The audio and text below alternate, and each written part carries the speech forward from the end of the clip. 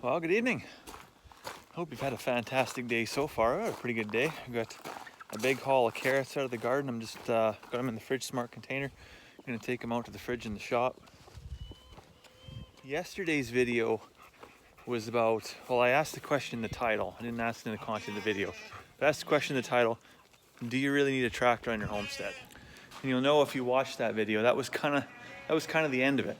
The rest of the video was just my day-to-day struggles with the old yellow Massey, which it is over there. It's parked. It's running today, which is a good thing. But yeah, it's not for me to influence whether you do or don't get a tractor. That's entirely up to you based on your operation. What I can do is show you the struggles that we have, and you can make an informed decision from there. If you haven't watched yesterday's video, I really recommend go back and check it out. You'll have a great laugh at our expense, I'm sure. I've got a pretty decent haul of eggs, actually. So last night, while I was fixing the tractor and I was like head buried in my hands, wondering what I was actually going to do, if I was going to be able to fix this thing, I got reading an article. Actually, there was a study done at the University of Lancaster, as well as two other universities that were involved, one in China and one in Belgium, and they looked at soil health across the world. So they looked at 255 locations across 38 countries. And what they did is they measured how long it would take for the top 30 centimeters of the soil to be destroyed to the point where it was no longer viable agricultural land. And the results were shocking. So what they found during this global study was that 90% of the locations they checked had soil thinning. And maybe you're thinking, well, what's soil thinning? What does that really mean?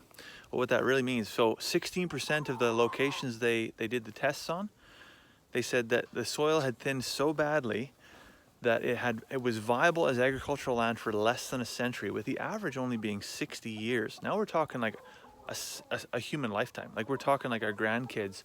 16% of the farmland in the world is not going to be viable by the time our grandkids are grown up. Really, really scary. So with that kind of scary news, you're probably asking, well, what are we doing about it? Right? We're saying like in a human lifetime that a massive amount of our available food sources are just going to be gone, wiped out. So what can we do about it? Soil conservation. So we've talked a little bit about the project that we're doing here with chickens working through compost and sheep working in a symbiotic relationship with those chickens to regenerate the soil. So only 7% of all locations that were under a soil conservation program, similar to what we're doing, or maybe broader than that, had an expectant life cycle of less than a century. And in fact, over half of the locations that were part of this study had a life cycle of over 5,000 years. 5,000 years with regenerative agricultural practices. So just put that into perspective. Intensive agriculture is just pulling and as much as possible removing yield from our soil and not giving anything back. We're talking about our, multiple, like thousands of generations that we can do with some just really simple practices. And it starts with growing your own food. So earlier this year, we worked on a project called the Mouse Miracle Garden. And it's just over here. Doesn't look like much, right? Frost has come and killed lots of the stuff now, but so we had rows of potatoes in here. We got some sunflowers back there. This was what we call non-viable agricultural land. It was just rock hard clay. How are we ever gonna get a yield out of that? 2 wheelbarrow loads of sheep manure and a little bit of straw mulch, and we got a ton of potatoes out of there. It was fantastic. Not the greatest yield for sure, but it just demonstrated with a little bit of care and keeping how you can grow your own food. So if you're not doing this, if you're not growing your own food, I really just go to the hardware store, buy a shovel, come home, and get it in the dirt, right? You can do so much for yourself. Grow your own potatoes, your own carrots, your own beans, your own strawberries. Well, the list is endless, right? So once, sometimes even twice a week, I'll get a phone call from somebody looking for sheep manure. And they've heard about what we're doing up here with the sheep and the chickens, or over in our garden with the pigs over here. That's actually where I'm headed now. I just got a bucket of feed for the pigs.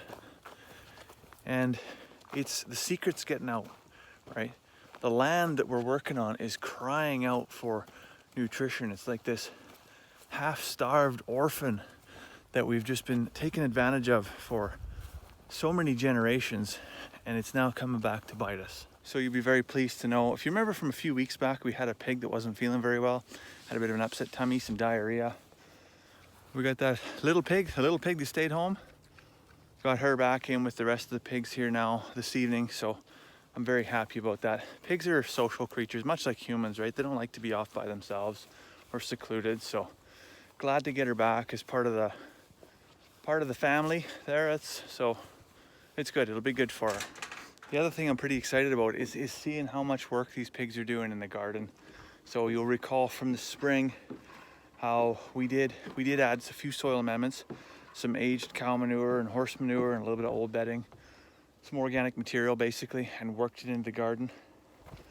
But the garden was really there was a deficit of nitrogen, and so it really struggled, especially with the hard clay soil.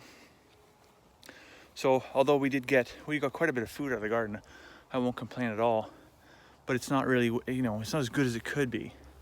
So we've thrown in some more aged cow manure, and the pigs are in there working that in with the clay. They're also laying their own manure down.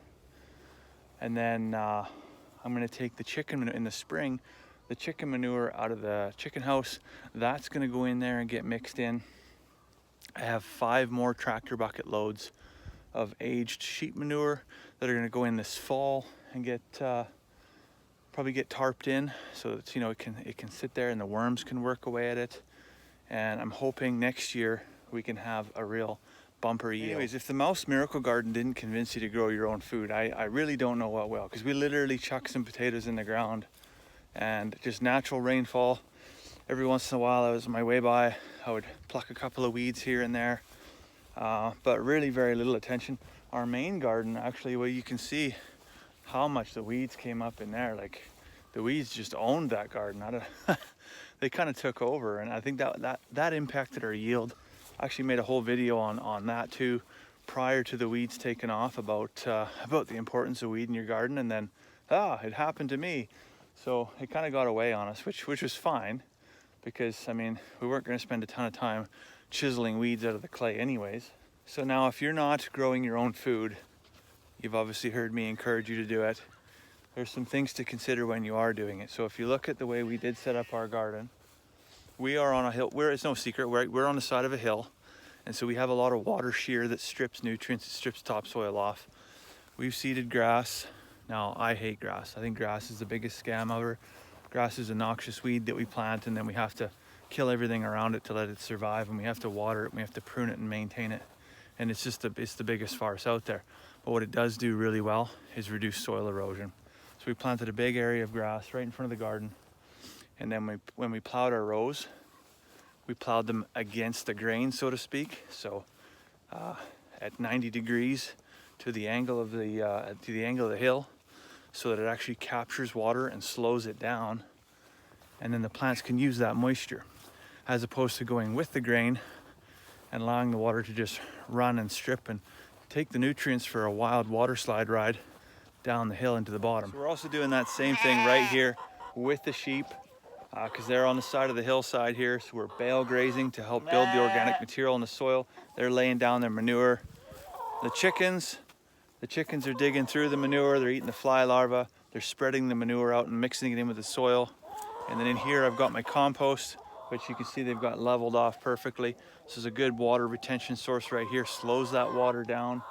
And then over here, we've got, I don't know, 150 trees probably over in here.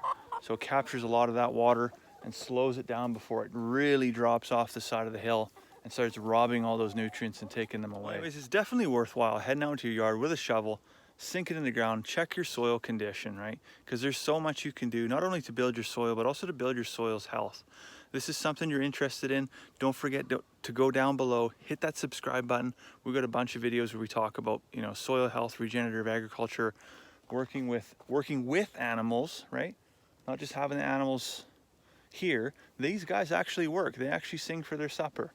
So check out those videos. And for now, I'm actually going to get some food prep for these guys for tomorrow morning. And then I've got a cup of tea to make. So I'll let you go for now. I hope you have a fantastic evening. We'll see you tomorrow.